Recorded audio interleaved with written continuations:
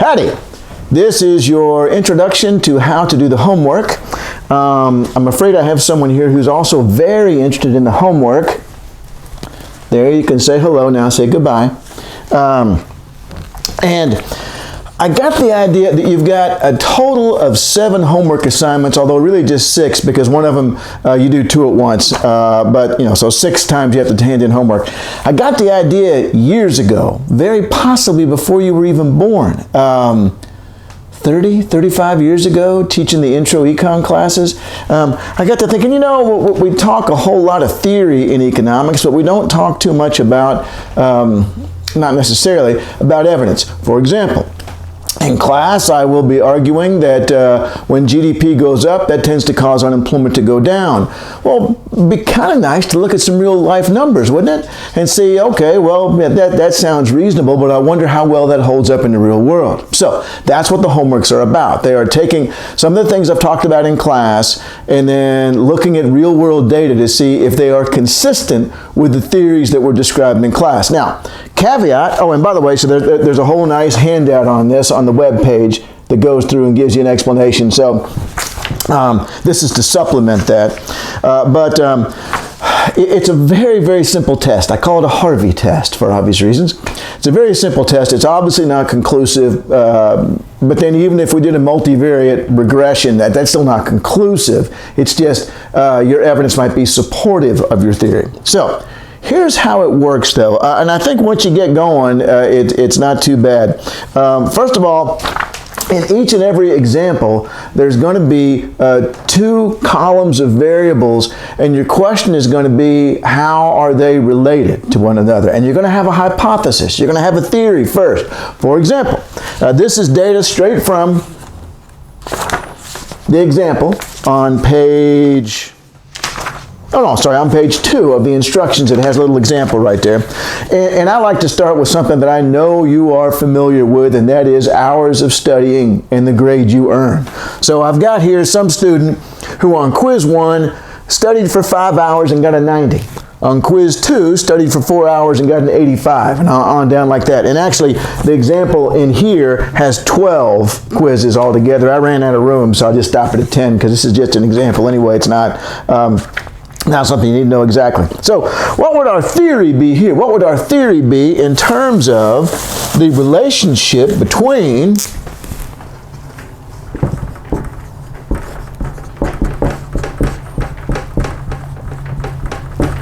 we're figuring, checking out my monitor there, yeah, you can see that. We're figuring that grade is somehow a function of the hours of study. Now, of course, grade is a function of many other things as well. But we can only do one variable versus one variable in this simple Harvey test. All right, so what you want to ask yourself first is, would that be a plus sign or a minus sign? Would I expect, as people study more, for their grade to go up, which would be a plus sign, or would I expect their grade to go down, which would be a negative sign? A negative sign doesn't always mean down, it just means opposite. All right? A negative sign means I expect this to move opposite to this. A plus sign means I expect this to move the same direction as this. And in this case, I think you probably already said to yourself, well, that's going to be positive. The more somebody studies, the higher we expect their grade to be. All right, let's have a look. The way we do this, and actually on the example and in all the assignments, I actually have an extra column for you everywhere to jot down what I'm about to do right next to the number. Let me show you here. What I'm going to do is I'm going to put over here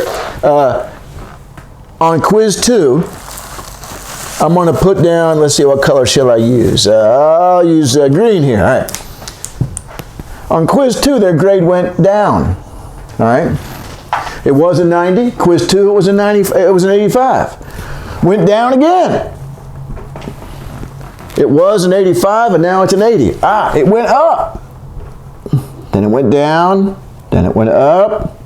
Went down. Went up. Went up.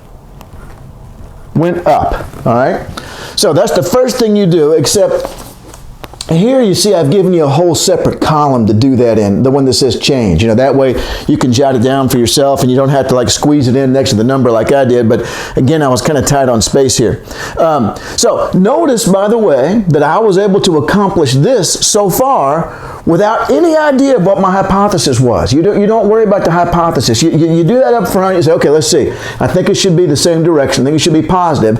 Let's have a look. And when you get to the let's have a look section, what you do is, the first thing you do is you look at all the up or down in one column. And notice we've got nothing up here, because we don't know what, there was no quiz 0 or -1 or whatever. There wasn't one before, so we can't put anything down for that one.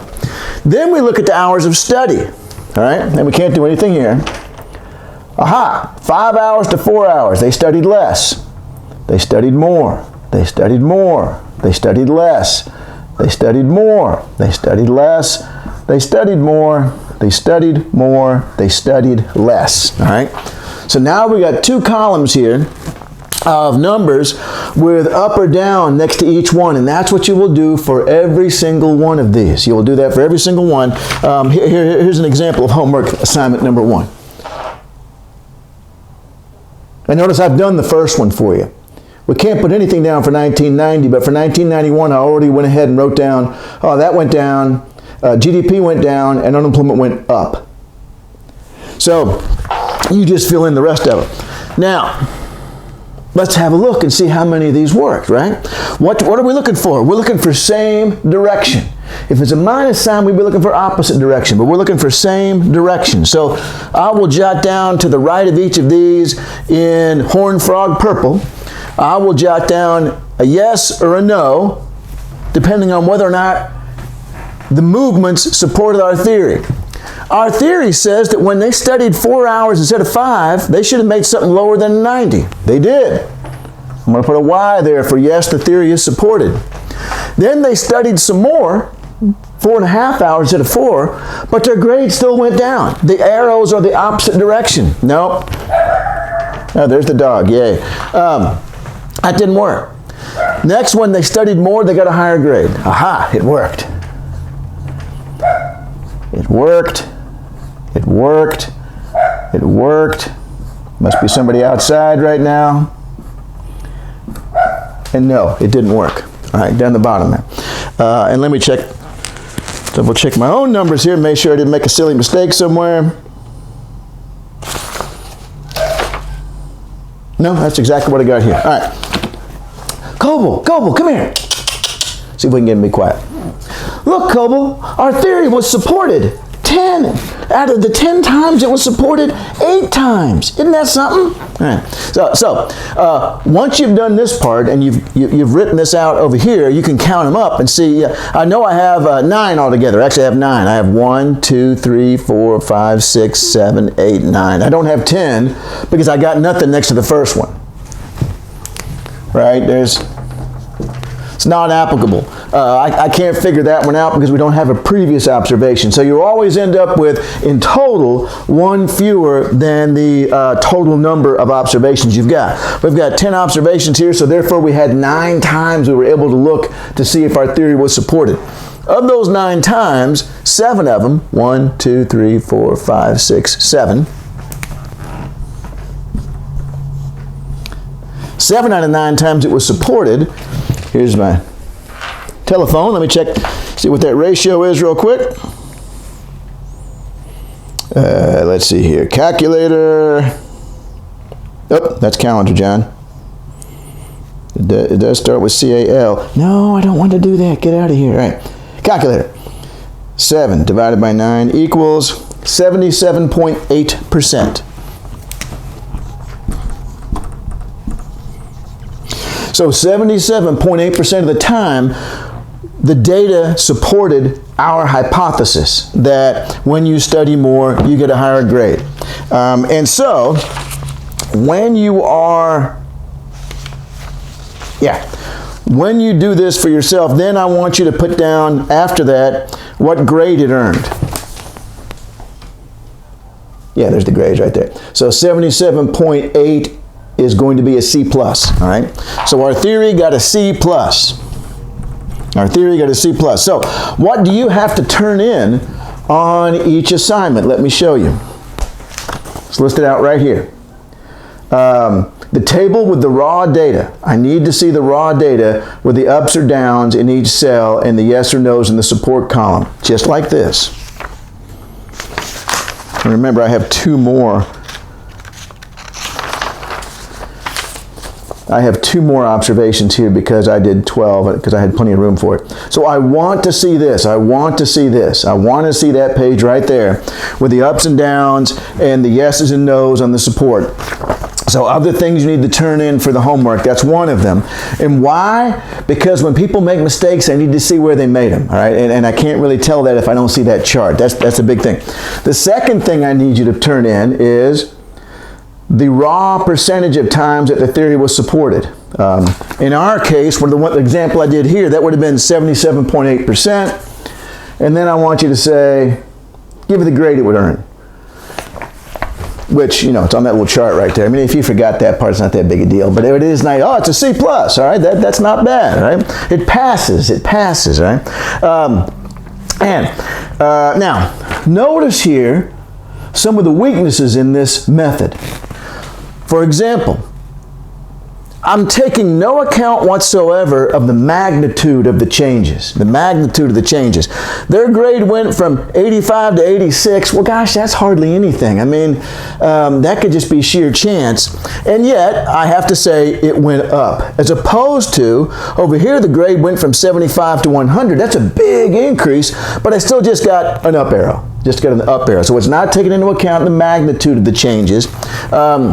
And obviously there are other factors as well. But what you're going to find out is, for example, when you do this for assignment number 1, this unemployment numbers here, you're going to find out that actually it works pretty well. It tracks it pretty well. The idea that when GDP goes up, when the level of economic activity increases, there are more jobs.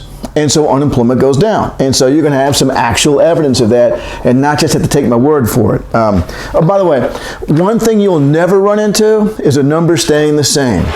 Notice down there where it says 4.61 across from, wrong finger, John, across from 2006. And 4.62 across from 2007. Originally, they both said 4.60. I went back in. I said, I don't want to have one where there was no change at all. That's going to make it more complicated to explain how this works. So I went back in and figured out how many. I went several more decimal points and figured out, okay. Actually, it went up a little bit.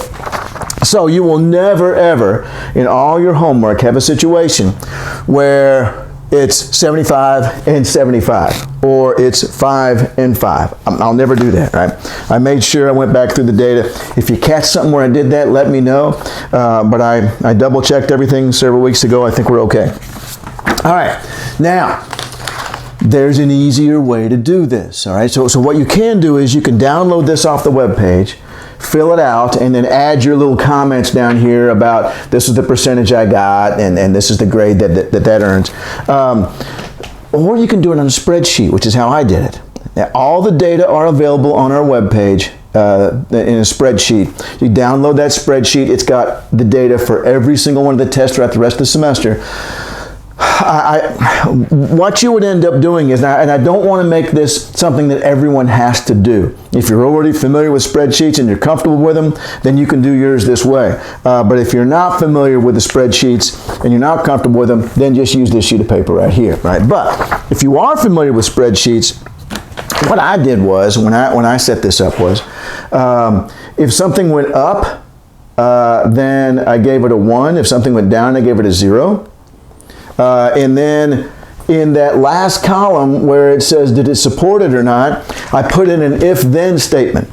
I said, if, in this case it would have been, if what's in this column is identical to what's in, or I'm pointing that here. If what's in this column is identical to what's in this column, give me a 1. If what's in this column is not identical to what's in this column, give me a 0.